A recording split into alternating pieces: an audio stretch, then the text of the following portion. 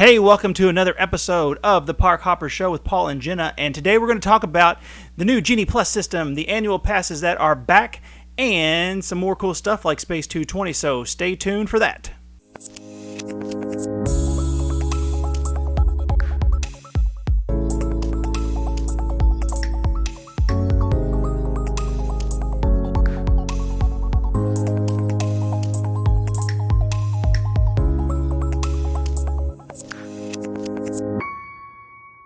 All right, so we are back, and I just scared Jenna on the Zoom. We are Zooming today. I have sick kids, and Jenna's got lots of work going on, but we thought we would get something going on. So, Jenna, how have you been? I've been busy. Surviving. You had very large eyes. So we had our first week of school last week, and I, also teach kindergarten. So usually at the end of the first week of school, we all feel like we were hit by a truck. Is it because, is that because you've done nothing all summer? I know your schedule all summer was not much. You sat around the pool and we're busy. There's no other way to put it. No, you were so busy all summer. I don't know how you're still falling apart at the beginning of the year, but for me, it's been nice. My wife is also a teacher, and the kids have all been out of the house, and my wife has been out of the house, and it's been nice, but they might be able to hear me because I'm home and they're homesick. So it's back to Stinktown. But anyway, not only with us, it seems like a lot of stuff has been happening. And, Miss Party Animal let us off with the death of Ed Asner. And we just want to say, from one of our Park Hopper staples, Up, the first 15 minutes, very sad, but the old man from Up passed away this weekend, and, It's so sad. Very sad, yes. And what did your daughter say? When I told the family last night at a birthday party. Oh, at a birthday party? Oh, my gosh. She said, everything about that movie is so sad. It's true. It's very like true. You can't even come up with a happy update about it. Well, it's funny because we're going to play a game at the end of this episode called Did Paul Cry? And we're going to list some movies, and Jenna's going to have to guess whether or not this manly man cried at the end of those movies. But before we get to that kind of news, the internet has been a titter with, I'm sure that's a word, with Genie Plus. If you're someone like me who stays away from all news of the world and politics and things, the biggest thing going on in the world right now is that Disney has gotten rid of the Fast Pass and has gone to something that they've called Genie Plus. And Jenna is here to give you some dirt. Jenna. I have been trying to prepare myself to give a very unbiased report of this. So I don't know that I'll be successful. Well, I guess I could start if you don't want to. Okay, so the new Genie system, I think, is going to be handy. Mm-hmm. The new, it's going to enhance the app. I'm not against paying $15 a day for the, what do they call it? Lightning Lane, yeah. I'm not against that because that was always the case at Disneyland. And actually at Disneyland, they had what was called the Max Pass. And I preferred that over the Fast Pass Plus system in Disney World. I've heard good things about the Max Pass. Some of the people that we watch on YouTube that have little channels were big Disneyland people, and they said the Max Pass was always the better option because it was when we went to Disneyland, we rode the big popular rides over and over and over without standing in line. Yeah. And so the way it worked, and we still are waiting on some details on this Genie Plus system, but when you entered the park, you would book your first Fast Pass. And then once you redeemed that Fast Pass, you could book another one. And some people think, well, by the time you book your second one, nothing good's going to be available, but that's not true. Idiots. Huh? I said idiots. Well, because Honestly. everybody's doing it. So it's not like somebody got up before you and booked a whole day of Thunder Mountain, and so it's a constant change and rotation throughout the day. So they really don't fill up like they used to. Now, Jenna has just given away our secret of we wake up early and we book 3 Thunder Mountain rides on our Fast Pass Plus every time, but now we haven't been able to do that anymore. So, thanks a lot for giving away our strategy. But, yeah, so I would say it seems like it was met very negatively when people haven't even got a chance to use it yet. So, I don't know. I understand people think Disney's just trying to rip everybody off, but we have to keep in consideration how much money they lost over the last year and a half. Wow. No, really. I mean, cruises were losing millions of dollars a day. Now, I don't know if we can get an argument with this, with money lost versus money not earned, because that's two different things, but well, I would say, I don't know, because the cruise ships still need to dock and be taken care of. So I don't know. All I know is I mean, Universal charges for their fast passes. I will say the last time I was at Universal, which has been a while, they had the lane that you paid for and you just rode on in. I think the big issue that most people really seem to have is that for whatever reason, people loved Max Pass at Disneyland, but they really loved the Fast Pass Plus because it was so easy and it was free. And I think this one might be a good option. I think it was rolled out poorly. But when we had the old Fast Pass system, because I would get up and book my guest Fast Passes. So I would get up and book them. You get 3 for the day. You have to, basically you're at the mercy of whatever time is available for those rides. And you might not get the big rides. Yeah. They sell out too quickly. And so then you get to the park and your choice is to not ride the big ride or wait 2 hours to ride the big ride. Whereas this, I feel like it's going to give you more opportunities to do the rides that you enjoy doing. Plus, not everybody's going to purchase it. Mhm. So, that kind of weeds some people out on the lightning lane too. So I'm not against it. Now, if you think about a family of 4, that's $60 a day additional that you're looking at, which again, we paid for it at Disneyland and we all agreed it was worth every penny. It was a great system. So I'm hoping it's a lot like that. Now, I also hope eventually they will do some kind of Disney World resort benefit on this. Like deluxe guests get a I mean, I don't know. We're starting to lose our on-property benefits. And so I hope and I know we're doing extended hours now, but I'm hoping they do something with this with on-resort guests. Somehow make it better than off-resort guests. I am not against the system. It seems like it might be pretty good, but I just think the way they brought it about was kind of, they didn't really soften anything. They were like, guess what? It's more expensive, and we know lots of you still aren't working, but we're going to raise the rate to come to this thing just a little bit more. And I was like, well, maybe in past, I know, what's the guy in charge? Chopik? What's his name? Who's that guy? The new CEO. Yeah.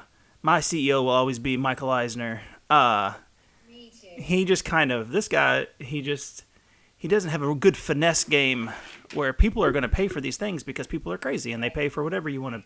They could charge whatever they want. It would be full.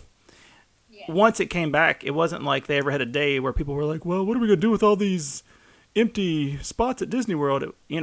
But it just was not. I do think it was a little bit of a low blow right now.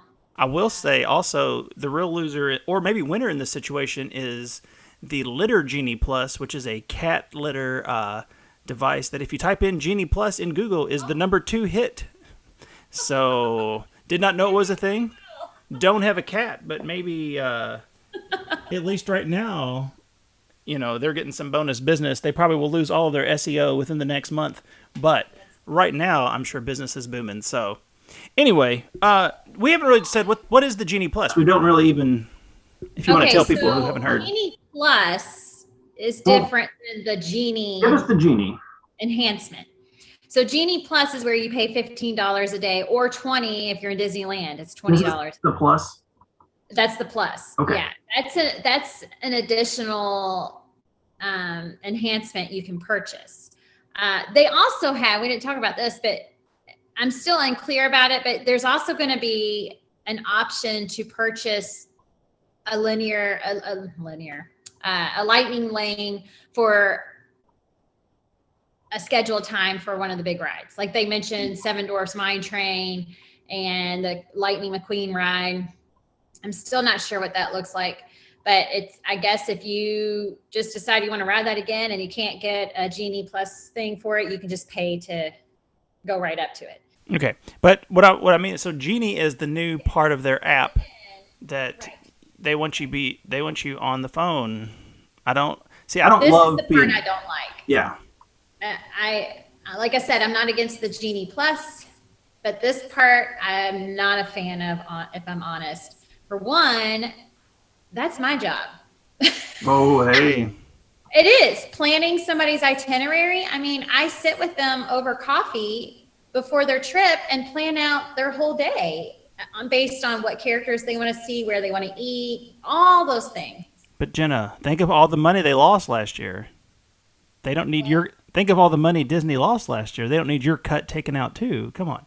I mean, these people have to eat. Is that where this is going? I don't know. And so anyways, again, like you said, it also causes people to be on their phone all day. And if you've ever been on the Disney app, it drains your battery.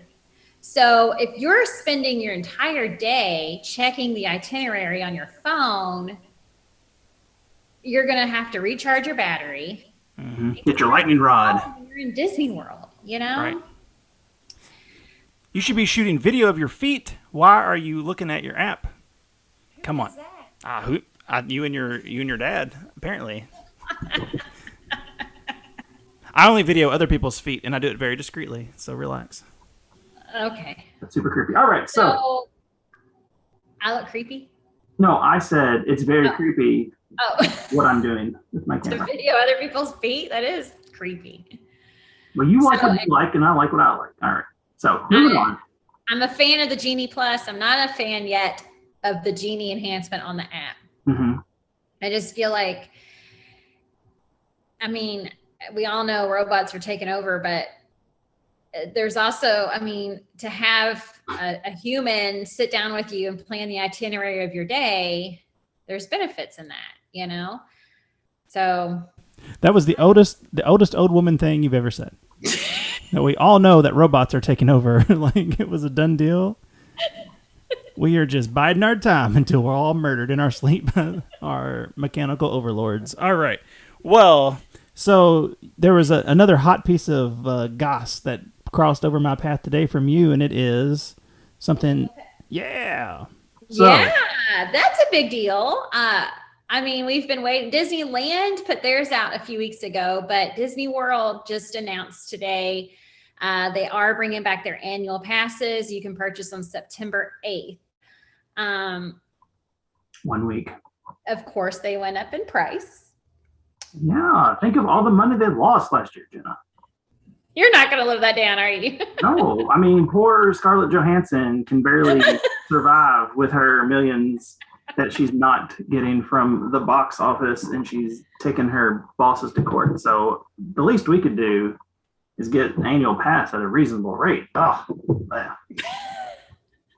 Well, the other disadvantage is, unfortunately, and I haven't read this yet, but one of my guests just told me that they are not, usually an annual pass includes the memory maker, and it does not this time. Genie does. I think you can add it for $99, but Doesn't before, Genie Plus do it? Doesn't Genie Plus do it? Genie Plus is a memory maker part of it, isn't it? Yes, I was wondering about that. I don't know. My microphone's going to fall off this table, but I did see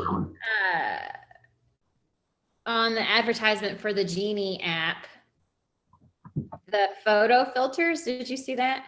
I mean, I glanced at it. So now I'm like, okay, are they trying to get rid of the photographers around the park? Well, I mean, it'll be robots pretty soon.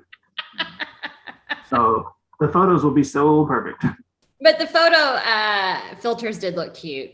Yeah. It was kind of like a magic shot, but it's like you could do a selfie with your phone and the filters in there. It was kind of cute. But anyways, back to annual passes. Most of the tiers they came out with today are just for Florida residents. Ooh. I know, but there was one for the public, and it was $12.99 plus tax. Hey. So you're looking at, usually an annual pass, if you go more than 8 to 10 days, maybe, it's worth it. It seems like the same. Mm-hmm.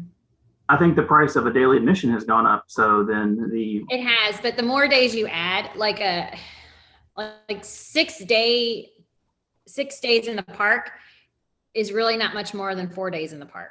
Mm-hmm.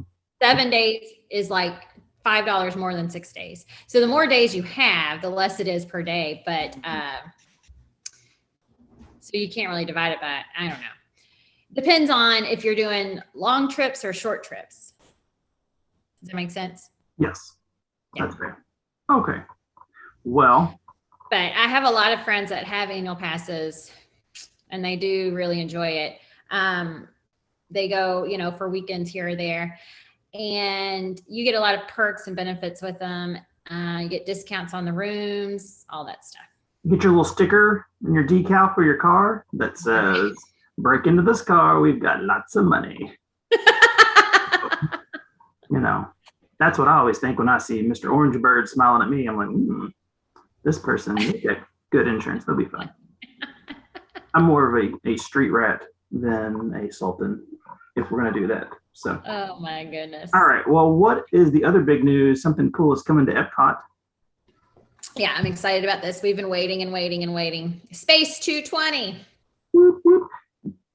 So a new restaurant in EPCOT located over there by Subway. So if you look on the map, it says Subway right next to it. Right over by Mission Space and Test Track. Yeah. There's a new restaurant. And I never knew what the 220 meant. At first I thought it was because it was supposed to open in 2020. I thought that had something to do with it. Doesn't make any sense. It doesn't make any sense. 220 doesn't make any sense to 2020. So now I just read it takes you 220 miles up from the earth. Ooh. That's kind of fun. So you get in an elevator that takes you up to space, and it looks really cool. Space all around you and stars, rockets. Yeah. Now, is it similar at all? It looked pretty cool online, but is it similar at all to the restaurant they used to have on the moon? Oh, no. It had very good food, but it had no atmosphere. Boom, Dad.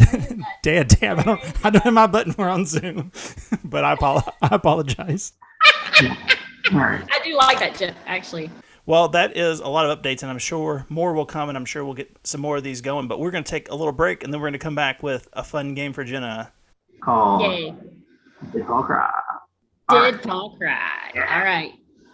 All right, so we're back again, and we are going to play the game Did Paul Cry? And I'm going to give Jenna some movies, and she's going to have to decide, did this man, this tough person with the unicorn stuffed animal in the room and the fall candle burning just off screen cry during these movies? Now, I want to keep in mind that movies that range from My Girl to Walk Hard, The Legend of Dewey Cox have caused this person to tear up at the end of them. So it's going to be hard to keep up.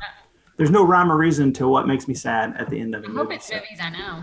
Oh, these are all Disney movies. So okay. I keep it podcast simple. So we'll start out with probably an easy one. If you're a longtime listener, Inside Out. Yes, you did. So keep in mind, I almost cried during the podcast talking about the movie. So very, very good. True story. Remember, I teared up on that one. So yes, that is a buzz. All right. Now another theme of this movie or this podcast, we have a goofy movie. Oh. No. Correct. No, that movie is the best. There's no need to cry except how wonderful it is. So, something a little. What about Frozen 1? Frozen 1. No. Correct. It is not relatable. I'm a boy and have no siblings, so that movie did not hit home at all. Also, both parents pull on the heartstrings of an only child. both parents very alive. So, all right. Well, how about this one? We brought it up earlier in the podcast. Up. Oh yeah. Oh yeah, early on. Yeah. Good call. Okay. You don't have a heart if you can sit through that and not cry. That's a good first date movie, and you just look at the person and say, is this somebody that I see spending my life with? Because if they're just looking at their phone during that, you can just excuse yourself and go home. Yeah. All right. Coco, the Spanish music festival of Pixar. Coco. You did. I did. You are correct. You had a connection to that movie I didn't have. I remember that now. It is about a dead father who spends all eternity trying to get back to tell his daughter that he loves her one more time. And it really did mess me up good. All right. So now we're going to go through the Toy Story gauntlet to end this one. All right. Toy Story 1. No. Correct. Toy Story 2. Yes. Correct. Ooh. Toy Story 3. Killing it. You're doing great. 3. Was that the daycare? It was.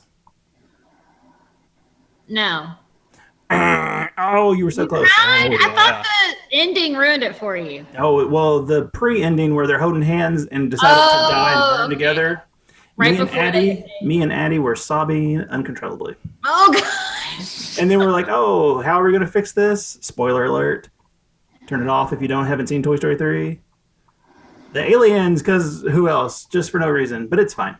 Almost a perfect movie. And then Toy Story 4. I did. But yes, you did. No, that movie was not good. And I apologize. At the end when they all break up? Of Toy Story 4? Oh. No. When Woody leaves them all? I mean, like that hadn't happened. It happened in 2. It happened in 3. I'd had just enough Forky that I could stand, and Little Bo Peep, who somehow is a ninja and no longer just a lamp. I don't understand. Toy Story 4, you can keep it. You can put that with Indiana Jones 4 as far as I'm concerned and just leave the trilogy as a whole. But that's pretty good. Until those last 2, you were nailing it. So good work, Jenna. How many did I get right? Let's see. All but 2. I don't know how many I asked, but all but 2. I need a percentage, Paul. 95%. Yay, I got an A. That can't be. That would be 2.5% per one, which would mean I asked so many questions. Like 20. So no. Probably, I don't know. Maybe. Well, let's just say you got 80 because I feel like it was around 10. Yeah, that's not bad. I thought you had the Toy Story at the end tripped you up. So, all right. Well, hopefully we will keep some of this good. Hopefully I got some kind of good credit points because on the next episode we're talking the best Disney princesses, and I'm sure I'm going to say some things that are going to get me in trouble. So, this is going to be interesting. All right. Well, Jenna, this has been great, and I will talk to you next time. Thanks, Paul. Have a great, big, beautiful tomorrow. Hey guys, it's Jenna, and if you would like to plan a magical vacation for your family, contact me for a free quote by clicking the link below, or go to visitmickey.com and tell them that Jenna or Paul or the Park Hopper Show sent you. Thanks.